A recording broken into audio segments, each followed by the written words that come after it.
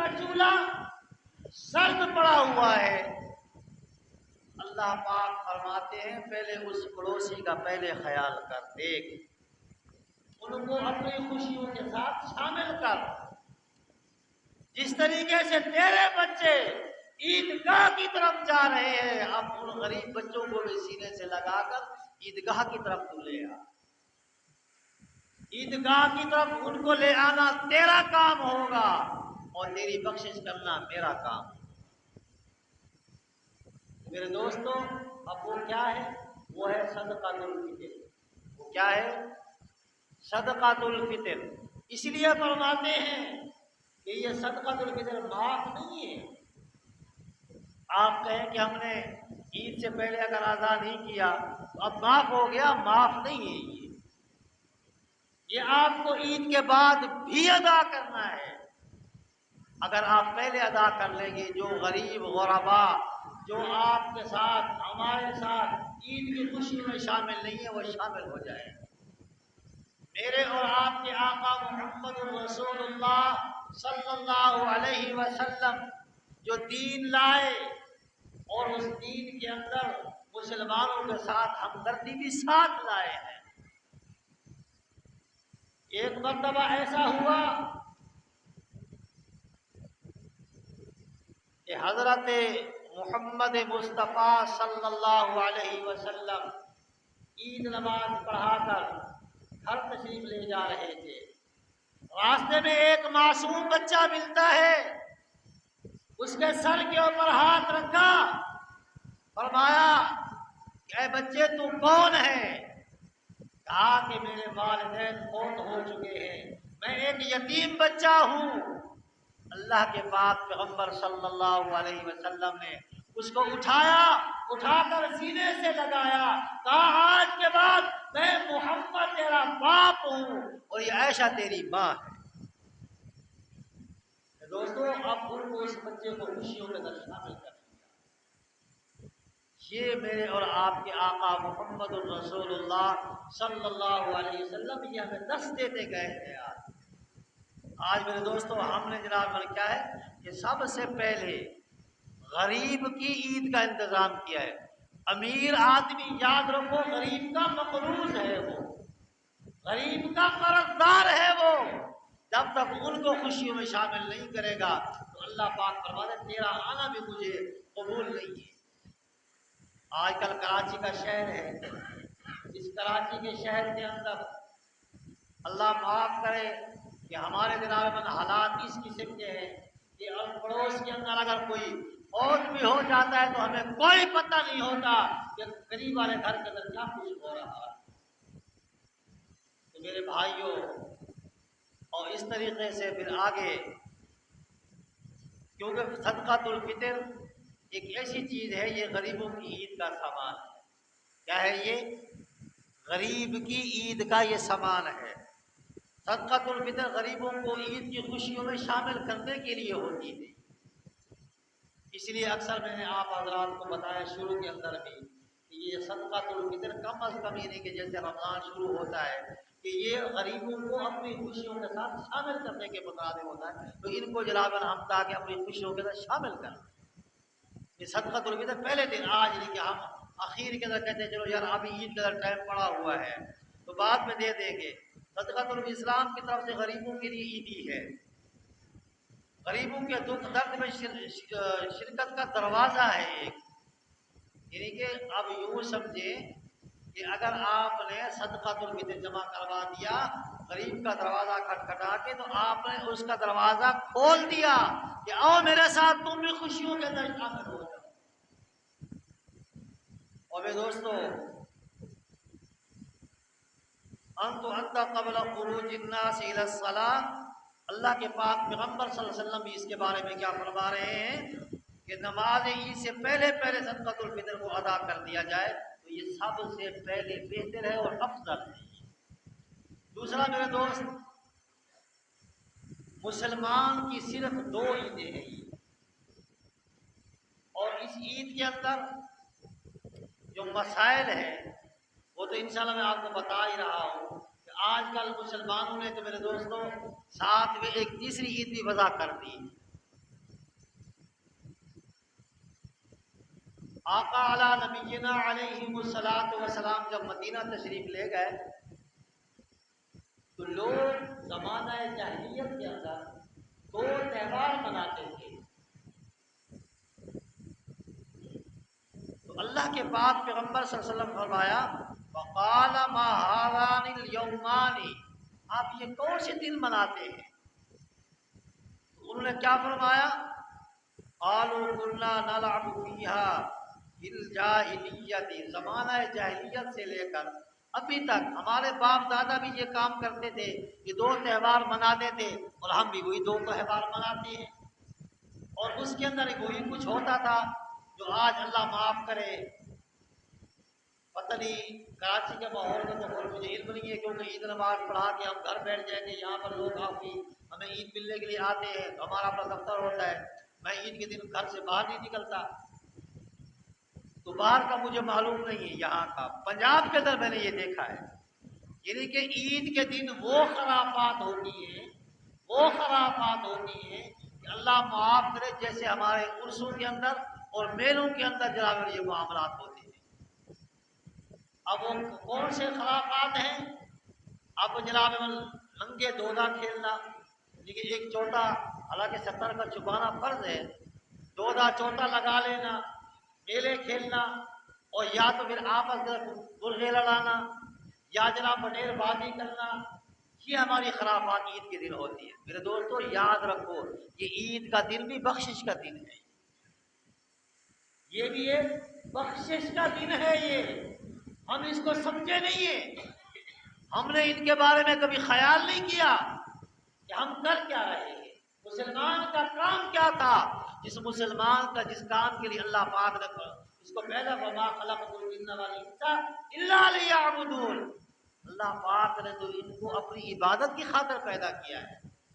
اب یہ رات ہماری گزری، جیسے شب قدر آئی 15ویں شعبان کی شب، اس رات کو جو مسلمان جاگے جنہوں نے اپنی عبادتیں کی ہیں، اللہ پاک سے توبہ استغفار کیا ہے، اللہ پاک نے ان کی بخشش کر دی. اللہ پاک نے ان کی بخشش کر دی. پھر اس کے بعد اب رمضان مبارک کی لیلۃ القدر کی رات آئی. اب اس کے اندر بھی جس کو اللہ پاک نے نصیب کی ہے اللہ پاک نے اس کی بھی بخشش کر دی. اب یہ جو رات گزری ہے نا عید الفطر کی رات، یہ بھی کوئی چھوٹی معمولی رات نہیں تھی. میں نے حالانکہ کل بھی عصر کی نماز کے اندر بتایا تھا بھائی اس رات کے اندر بھی جو ہمارے بچے کچھ گناہ تھے ضرور اللہ پاک ان کو معاف کر دے. اب اس کے اندر بھی ہم نے کوئی خیال نہیں کیا. اور پھر اس کے بعد یعنی کہ وہ جو تہوار مناتے تھے، اللہ کے پاک پیغمبر نے پوچھا کہ یہ کون سے آپ تہوار مناتے ہو؟ انہوں نے کہا کہ ہمارے باپ دادا اور ہم بھی زمانہ جاہلیت سے یہ دو تہوار مناتے ہوئے آئے ہیں اور ابھی تک منا رہے ہیں. تو اللہ کے پاک پیغمبر صلی اللہ علیہ وسلم نے فرمایا اس سے بہتر میں آپ کو دو تہوار دیتا ہوں، آپ وہ دو تہوار منایا کرو. اب وہ دو تہوار کون سے؟ عید الفطر اور یوم عید الاضحیٰ. یہ دو تہوار مسلمانوں کے لیے اب یہاں پر یعنی کہ جیسے روزہ رکھنا بھی اس دن حرام ہے، اس دن روزہ رکھنا بھی حرام ہے. حالانکہ ویسے آپ روزے رکھے تبلیغ روزے، جب شوال کے روزے آ رہے 6 روزے رکھے، عید کے دن روزہ آپ نے نہیں رکھنا. اکثر یہاں ساتھی میں جب یہاں آیا تو مجھے بتایا گیا کہ کچھ لوگ بقرہ عید کے بعد روزہ رکھ لیتے ہیں. تو یہ کون سا روزہ ہے بھائی؟ کہا یہ آدھے دن کا روزہ کسی شریعت کے اندر جائز نہیں. آدھے دن کا روزہ کیا ہوتا ہے؟ وہ یہاں پر ہم نے کافی ساتھیوں کو سمجھا بجھا کے کہ وہ ختم کروایا. تو رسم و رواج جو ہمارا دماغ ذہن مان رہا ہے ہم دین اسی کو سمجھ رہے ہیں. باقی یہ نہیں کہ محمد رسول اللہ صلی اللہ علیہ وسلم جو دین لائے ہیں اس دین کے اوپر ہم نے عمل کرنا ہے. اب یہ نہیں کہ 2 دن ہمارے پاس عید کے، یوم عید الفطر اور یوم عید الاضحیٰ. اب یہ تیسری عید ہم نے بیچ وضع قطع کر لی اور اس کو ہم نے ایجاد کر دیا کہ تیسری عید بھی ہے. میں دوستوں اسلام کے اندر تیسری کوئی عید کا وجود نہیں ہے، تیسری عید کا کوئی وجود نہیں ہے. ہمارے پاس عیدیں صرف دو.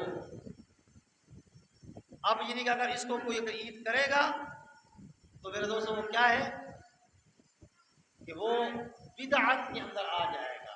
اس کے اندر آ جائے گا. اور یہ یاد رکھو، میں نے کئی مرتبہ آپ لوگوں کو یہ بات بتائی بھی ہے، شرک کب آئے گا؟ ایک آدمی کا نام لے کر. شرک ایک آدمی کا نام لے کر آئے گا. اور بدعت کب آئے گی؟ نیکی کا نام لے کر آئے گی. اسلام میں اس کا کوئی وجود نہیں ہوگا، کوئی اسلام سے دور کا واسطہ نہیں ہوگا. وہ ہم پڑھ لیں گے جناب، اس کو وضع کر دیں گے، ایجاد کر دیں گے اس کو. اب کہہ بھی کوئی نہیں سکتا کہ بھئی یار کام تو اچھا ہے، برا کام نہیں ہے، بہترین کام ہے، یہ نیکی کا کام ہے، حالانکہ اسلام سے اس کا واسطہ نہیں ہوگا. اور نیک آدمی ہے، اب اس کو پتہ نہیں ہے. کافی یعنی کہ اللہ معاف فرمائے، ہمارے مسلمان ایسے بھی ہیں کہ جو ذرا نیک آدمیوں کے قوم کو جھکے ہوتے ہیں. سجدہ کس کو صرف جائز ہے؟ اللہ کو جائز ہے. کس کو جائز ہے؟ اللہ کو جائز ہے. اللہ کے علاوہ کسی کو سجدہ جائز نہیں ہے، چاہے وہ تعظیمی ہو یا شرعی سجدہ ہو، کسی اور کو جائز سوائے اللہ کے. اور اللہ خود فرماتے ہیں کہ اگر دوسرا سجدہ کسی کو جائز ہوتا تو میں بیوی کو حکم کرتا کہ وہ اپنے خاوند کا سجدہ کرے. اور پھر میرے دوست آپ دیکھیں فتح مکہ کے اوپر میرے اور آپ کے آقا محمد الرسول اللہ صلی اللہ علیہ وسلم، یہ فتح مکہ بھی رمضان مبارک کے مہینے کے اندر ہوا تھا. اب 360 فٹ کعبۃ اللہ کے اندر پڑے ہوئے تھے، 360 فٹ. اور ان کی لوگ آ کے پوجا کرتے تھے اور ان کو آ کے سجدہ کرتے تھے. کوئی اولاد دینے والا بت ہے، کوئی جناب روزی دینے والا بت ہے، کوئی جناب بارش دینے والا بت ہے، کوئی جناب مسرات کے جاتی کرنے والا بت ہے. ہر طرح کے بت کعبۃ اللہ کے اندر پڑے ہوئے تھے.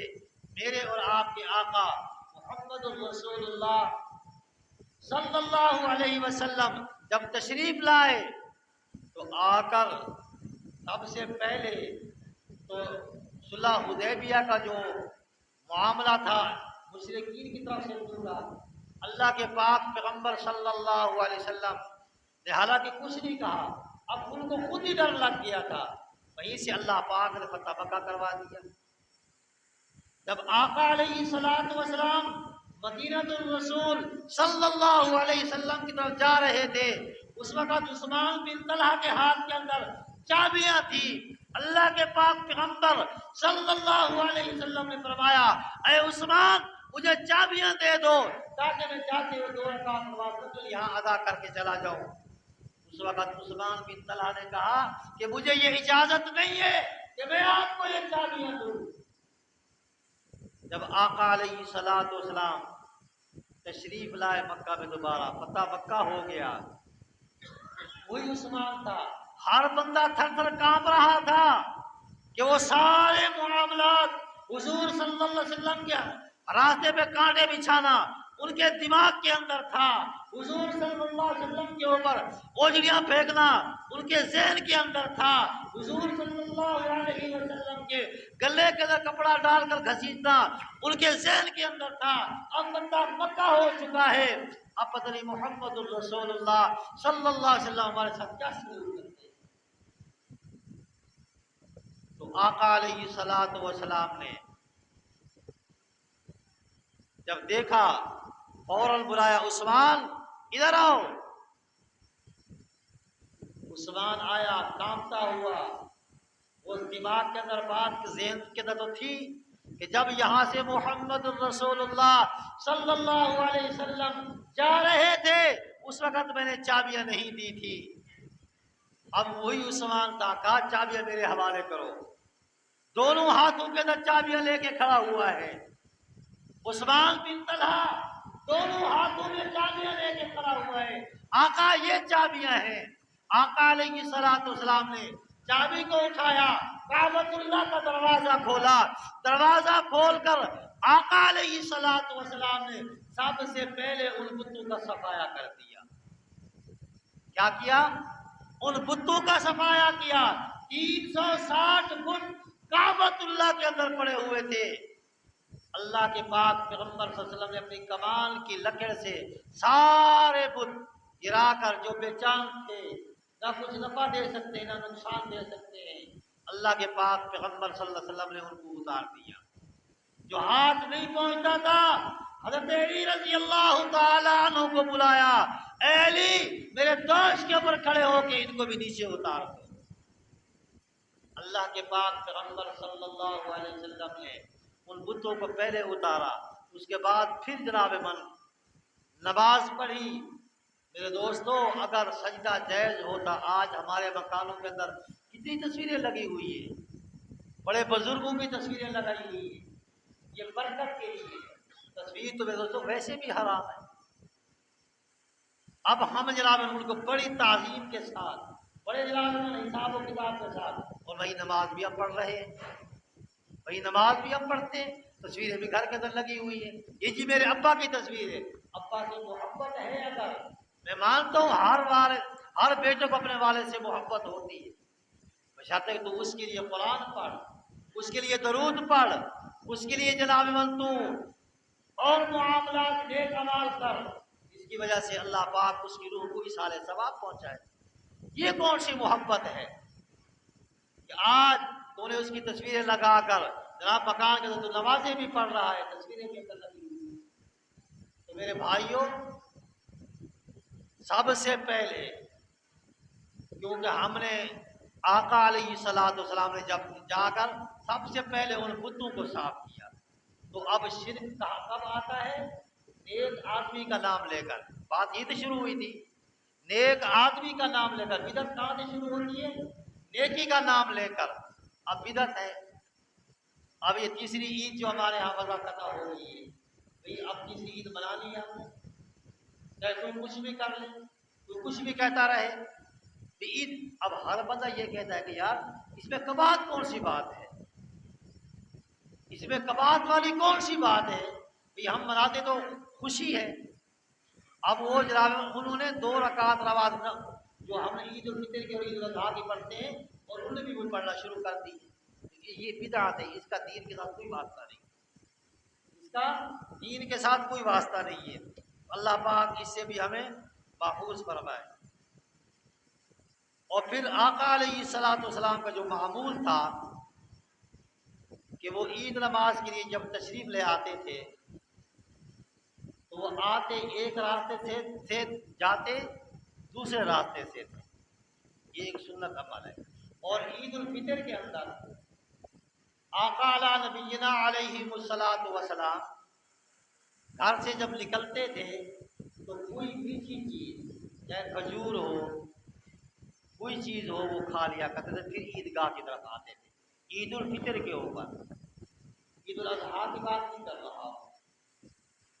اور پھر آقا علیہ الصلوۃ والسلام جب غسل فرماتے تھے تو پہلے مسواک بھی کرتے تھے، کیونکہ آج مسواک کرنا تو ہمارے لیے بڑی ایک معیوب سی بات ہے، کیونکہ بہت اچھے ٹوتھ پیسٹ آ گئے ہیں، اب وہ ہم نے استعمال کرنا شروع کر دیے۔ تو میرے دوستوں، سب سے زیادہ صفائی اور معدے کی جناب بہترین ایک دوا اور غذا مسواک ہے۔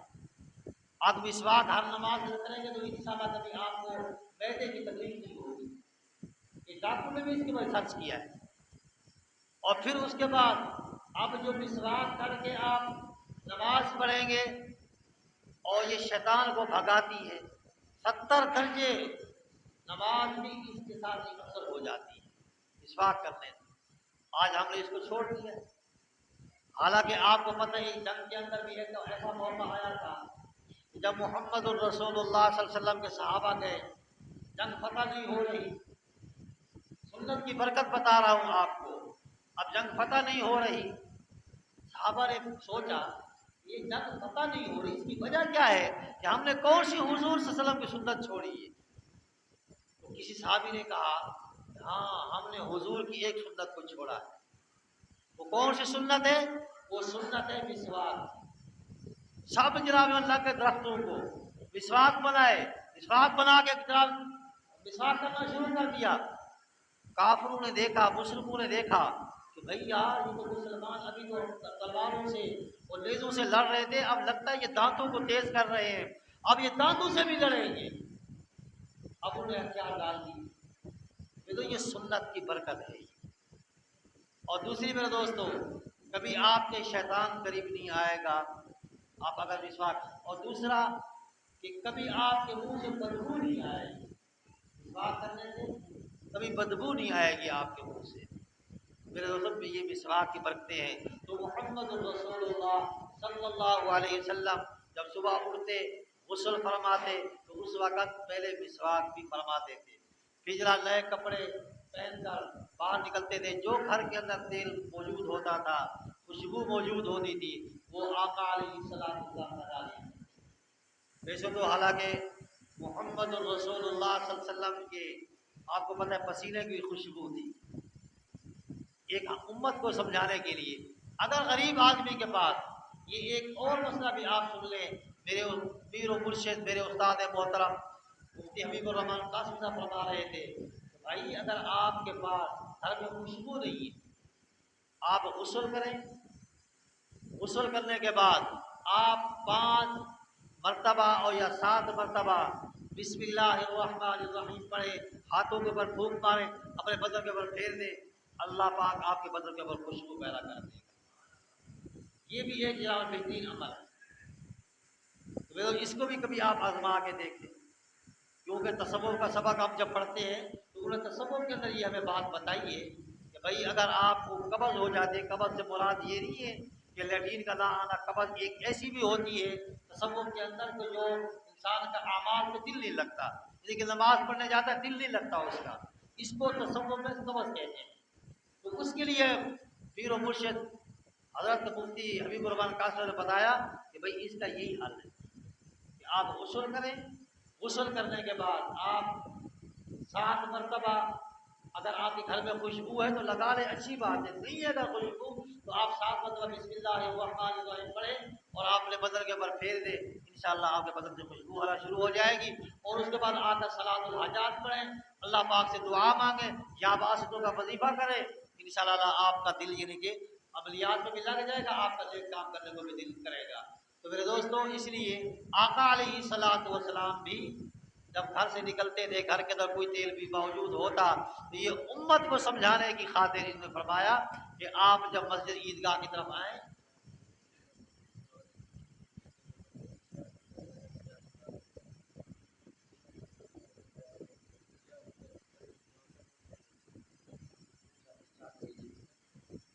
تو میرے دوستوں اب یہ نہیں کہ کیا ہے کہ آقا علیہ الصلوۃ والسلام خوشبو بھی لگاتے تھے، یہ امت کو سمجھانے کا ایک عمل تھا۔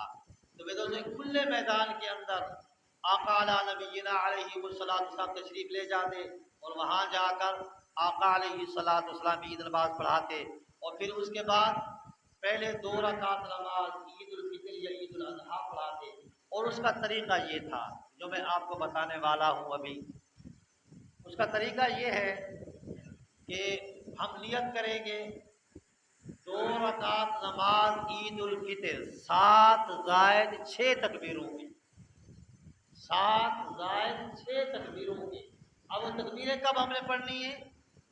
اب وہ تکبیریں ہم نے پڑھنی ہے، پہلی جو 3 تکبیریں ہیں جب ہم نیت کریں گے تو اس کے بعد ہاتھ باندھ لیں گے۔ کیا کریں گے؟ ہاتھ باندھ لیں گے۔ یہ توجہ سے سن لیں، ورنہ کبھی کبھی ایسا بھی ہوتا ہے میں نے تکبیر کے لیے ہاتھ اٹھائے، بندے جناب رکوع میں گئے ہوتے ہیں، دین کے اندر بٹھائیں یہ باتیں۔ اب یہ کیا ہے کہ پھر اس کے بعد ہم ثنا پڑھیں گے، ثنا کے بعد 3 تکبیریں ہم ادا کریں گے۔